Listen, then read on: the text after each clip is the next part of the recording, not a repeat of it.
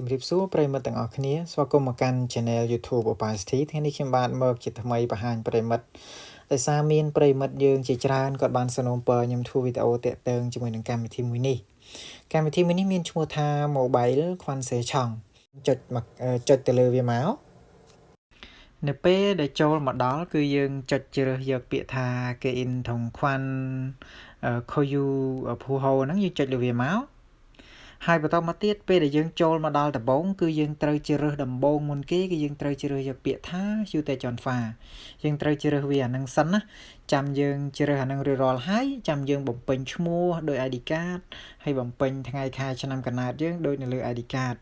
នៅលើ ID card របស់យើងអាខាងនេះយើងបំពេញ6ខ្ទង់ហើយអាខាងក្រោយនេះវាមាន7ខ្ទង់ហើយបន្តមកទៀតគឺយើងវាយបញ្ចូលលេខទូរស័ព្ទដៃដែលយើងភ្ជាប់ជាមួយនឹង ID card របស់យើងមកមិនថាលេខយើងប្រើភ្ជាប់ LAN ឬក៏យើងប្រើបញ្ចូលលេខបញ្ចូលការទេគឺយើងអាចប្រើប្រាស់បានដូចគ្នាសំខាន់ឲ្យតែលេខទូរស័ព្ទហ្នឹងភ្ជាប់ជាមួយនឹង ID card របស់យើងអញ្ចឹងហើយបន្ទាប់ពីយើងបំពេញឈ្មោះបំពេញលេខ ID card លេខទូរស័ព្ទវារាល់ហើយយើងចុចលើពាក្យថា phone in ជឹងតោះឥឡូវយើងបំពេញចូល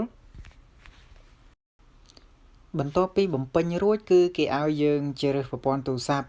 មិនថាយើងប្រើប្រាស់ LAN ឬក៏បញ្ចូលការទេគឺយើងអាចធ្វើការជ្រើសបាន2LAN ខ្លះគឺយើងត្រូវជ្រើសយកកន្លែងហ្នឹងក៏ប៉ុន្តែ LAN ខ្លះវាជាប្រភេទពពួក Alta phone អញ្ចឹងគឺយើងពិបាកបែងចែកចាអញ្ចឹងហើយគឺនៅពេលដែលយើងចូលមកជ្រើសដំបូងគឺត្រូវយើងជ្រើសយក Alta phone សិនគឺយើងជ្រើសយក Alta phone សិនបើសិនជា Alta phone អត់ត្រូវទេចាំពេលក្រោយយើងចូលមកជ្រើសយកអា3ប្រព័ន្ធនេះអញ្ចឹងគឺយើងជ្រើសយក Alta phone ជាមុនសិនមកយើងជ្រើសយកពាក្យថា Alta phoneហើយបន្តមកទៀតវាមាន3ប្រព័ន្ធដូចគ្នាវាមាន SKT KT និង LG អញ្ចឹងគឺយើងប្រើជាមួយនឹងប្រព័ន្ធណាគឺយើងជ្រើសយកប្រព័ន្ធហ្នឹងមកដោយសារឥឡូវខ្ញុំប្រើ KT អញ្ចឹងគឺខ្ញុំជ្រើសយក KT ហើយបន្តមកទៀតយើងចុចលើពាក្យថា Suntech នៅពេលដែលយើង Suntech ហើយគឺយើងចុចគ្រីសអានេះមកនៅពេលដែលយើងចុចគ្រីសវាគឺវានឹងគ្រីសទាំងអស់ណាឥឡូវខ្ញុំចុចគ្រីសចឹងមកហើយបន្តមកទៀតយើងកុំចុចអាពណ៌រៀងឈាមជ្រូកហ្នឹងគឺយើងយកអាក្រោមនេះយើងយកពាក្យថាមុនចា SMRO អ៊ីនជឹងហាគីអញ្ចឹងគឺយើងចុចយកអាហ្នឹងមកយើងចុចលើវាមកបន្តមកទៀតគឺយើងត្រូវបំពេញនេះបន្លាស់នេះគឺយើងត្រូវយើងមើលអាលេខនេះអាលេខនៅក្នុងហ្នឹងហើយបន្តមកយើងយកមកដាក់ក្នុងនេះមកហើយបើសិនជាយើងមើលអត់សូវច្បាស់យើងអាចចុចអាសញ្ញាព្រួយនេះដើម្បីផ្លាស់ប្ដូរក៏ប៉ុន្តែបើសិនជាវាច្បាស់ហើយគឺយើងវាយចូលតែម្ដងហើយអាខាងលើនេះគឺជាព័ត៌មានដែលយើងបានបំពេញពីខាងដើមអញ្ចឹងគឺយើងមិនចាំបាច់កែទេយើងគ្រាន់តែយកអាលេខនៅក្នុងនេះវាយចូលបន្លាស់នេះមកហើយយើងចុចលើពាក្យថា Hackin អញ្ចឹងគឺយើងយកលេខនឹងវាយបញ្ចូលមក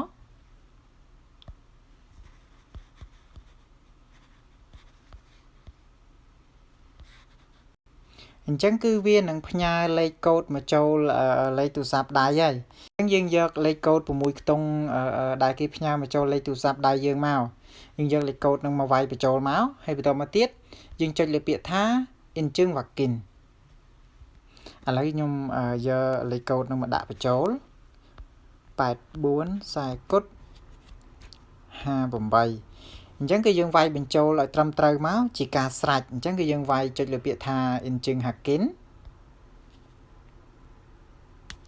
ឥឡូវនេះគឺអូខេហើយយើងចុចលើពាក្យថា Hakin មកបន្ទាប់ពីយើង Hakin ហើយកន្លែងនេះគឺជាព័ត៌មានផ្ទាល់ខ្លួនរបស់យើងហើយខាងក្រោមនេះគឺជាលេខទូរស័ព្ទដៃរបស់យើងអញ្ចឹងហើយកន្លែងនេះគឺវាដាក់សញ្ញារូបផ្កាយបានន័យថាយើងត្រូវតែបំពេញបញ្ចូលអាកន្លែងនេះគឺវាដាក់ថាជូសូកន្លែងនេះគឺយើងត្រូវបំពេញអាសយដ្ឋានដូចនៅលើ ID card របស់យើងអញ្ចឹងគឺយើងចុចសញ្ញារូបsearch នឹងមកយើងចុចសញ្ញារូប search ហើយបន្ទាប់មកចាំយើងបំពេញព័ត៌មាន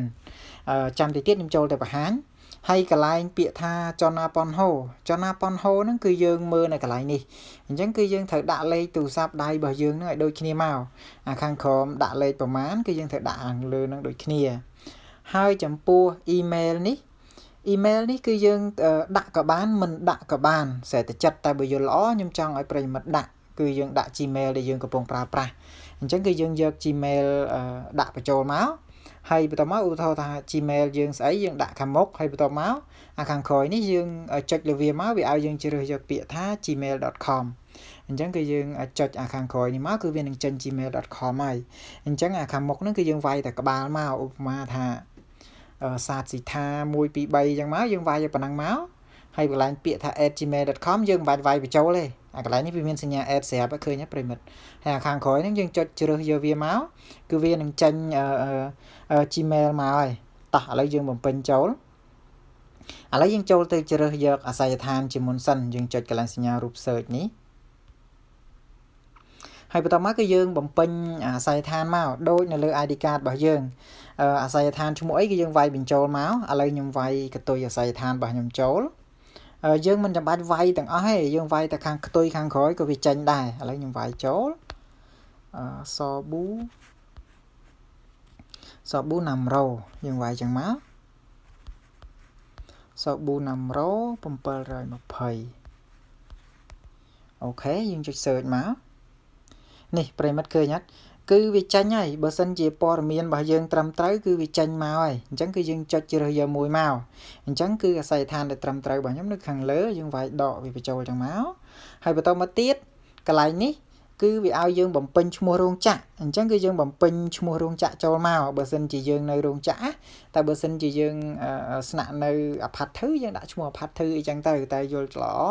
គឺយើងដាក់ឈ្មោះរោងចក្ររបស់យើងមកឥឡូវយើងដាក់ឈ្មោះរោងចក្ររបស់យើងចូល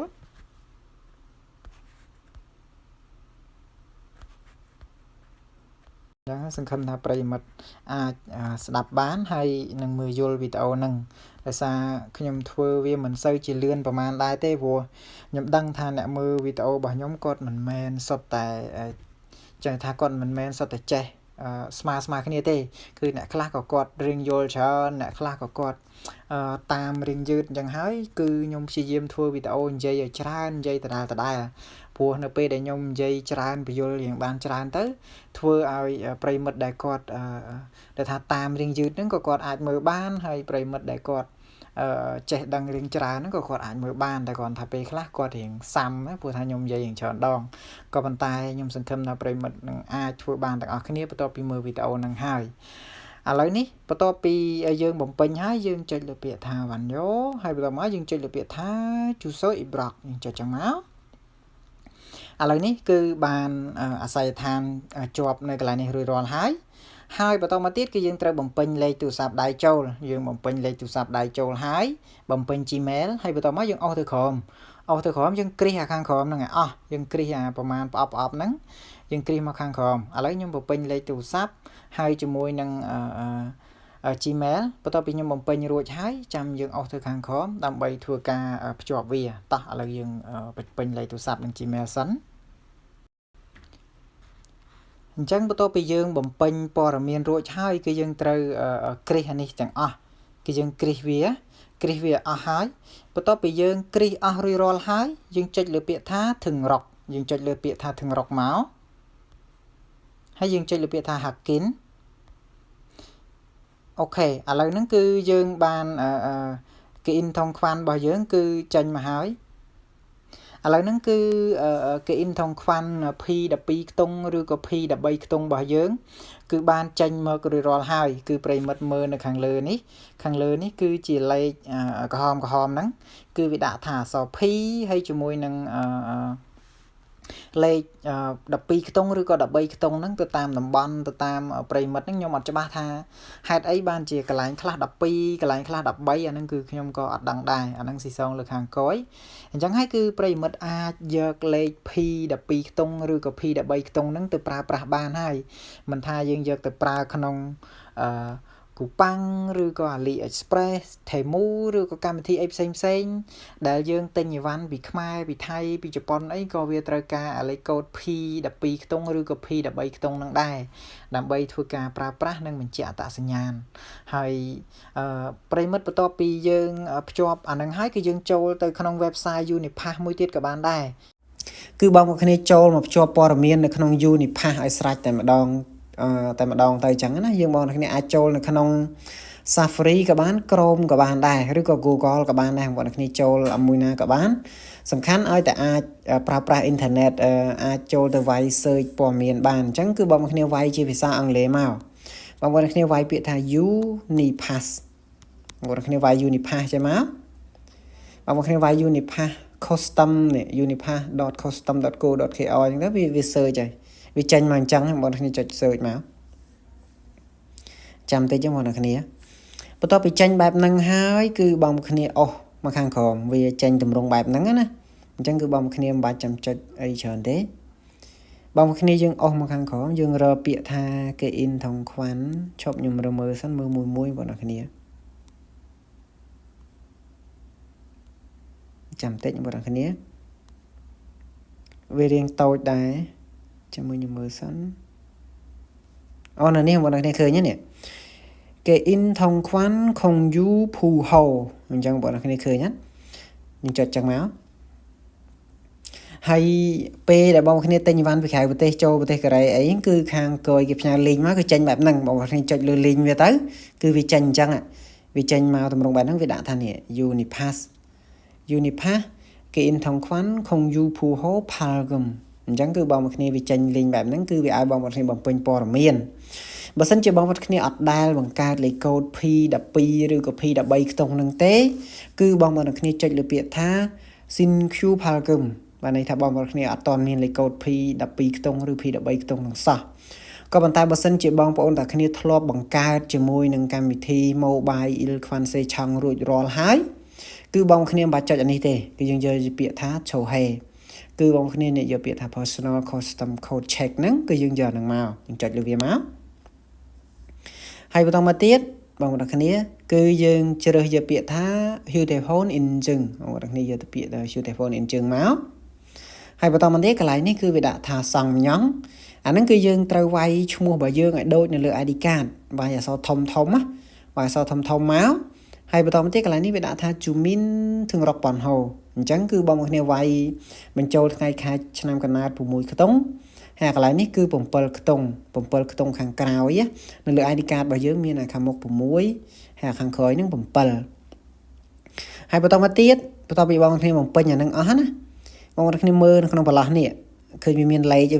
6ខ្ទង់ឲ្យបងប្អូនគ្នាវាយអញ្ចឹងគឺបងប្អូនគ្នាវាយបញ្ចូលនៅបន្លោះនេះមកបើសិនជាបងប្អូនគ្នាមើលអត់ច្បាស់ទេបងប្អូនចុចលើពាក្យថា Zero Cochim ដាក់ថា refresh ហ្នឹងចុចទៅគឺវានឹងដូរហើយគឺវានឹងដូរសលេងបងប្អូនគ្នាវាដូរសលេង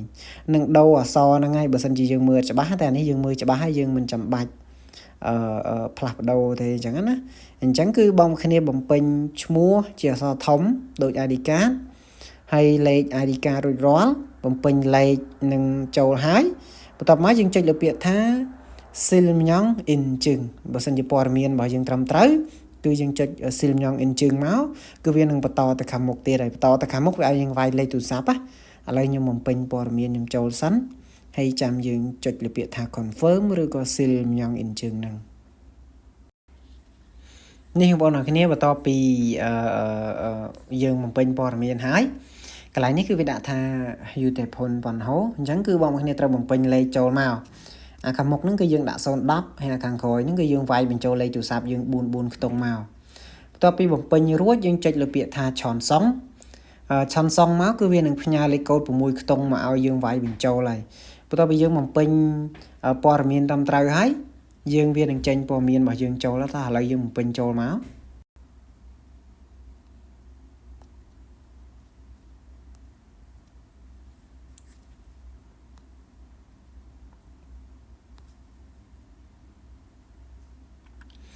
នេះបងប្អូនគ្នាឥឡូវហ្នឹងគឺព័ត៌មានរបស់យើងគឺមាននៅកន្លែងហ្នឹងទាំងអស់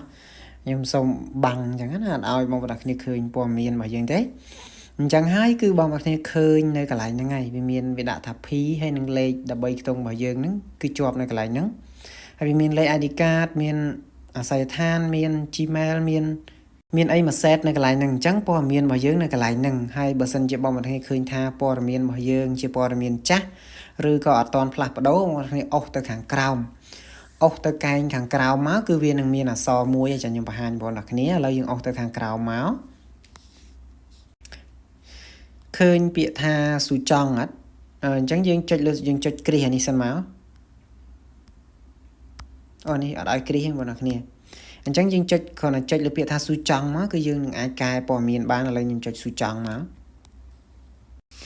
ហ្នឹងហើយបងប្អូនគ្នាបន្ទាប់ពីយើងស៊ូចង់ហើយកន្លែងនេះគឺជាព័ត៌មានរបស់យើងគឺយើងអាចធ្វើការផ្លាស់ប្ដូរបាន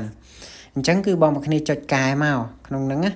ខុសកន្លែងណាដែលថាខុសលេខទូរស័ព្ទឬក៏ខុសអាស័យដ្ឋានឬក៏យើងដូរ Gmail ដូរអីគឺយើងធ្វើការកែវាតាមហ្នឹងមកអញ្ចឹងណាយើងកែវាឲ្យត្រឹមត្រូវមកបន្ទាប់ពីយើងកែរួចហើយយើងអស់ទៅខាងក្រោមមកយើងឃើញពាក្យថាឆចាំងហើយអញ្ចឹងពេលដែលយើងកែរួចយើងចុចឆចាំងមកព័ត៌មានរបស់យើងគឺត្រឹមត្រូវហើយបងប្អូនគ្នាពេលទិញអីវ៉ាន់គឺយើងដាក់ព័ត៌មានតាមហ្នឹងមកគឺត្រឹមត្រូវហើយអញ្ចឹងពេលអីវ៉ាន់ដល់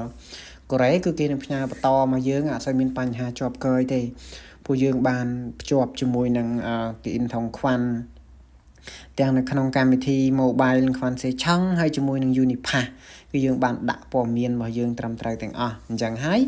គឺវាភាគរយដែលយើងអត់ជាប់កើយនឹងវាច្រើនអញ្ចឹងណាហើយសម្រាប់តែបងប្អូនគ្នាដែលខុសច្បាប់វារៀងពិបាកដោយសារយើងខ្ចីឯកសារគេអញ្ចឹងណាអញ្ចឹងហើយគឺបងប្អូនគ្នាសង្ឃឹមថាអាចជាប្រយោជន៍ហើយនឹងយើងធ្វើទៅណាបងប្អូនគ្នាព្រោះថាឥឡូវវារៀងរឹតបន្តឹងអីវ៉ាន់ចូលក្នុងប្រទេសកូរ៉េហ្នឹងហើយបងប្អូនគ្នាចំពោះវីដេអូហ្នឹងគឺមានតែប៉ុណ្្នឹងទេសង្ឃឹមថាវាជាប្រយោជន៍ហើយបើសិនជាបងប្អូនគ្នាមានចម្ងល់អីcomment នៅខាងក្រោមវីដេអូទៅខ្ញុំមានពេលខ្ញុំនឹងព្យាយាមឆ្លើយអញ្ចឹងណាបងប្អូនវីដេអូមានប៉ុណ្ណឹងចាំជួបគ្នានៅវីដេអូក្រោយៗទៀត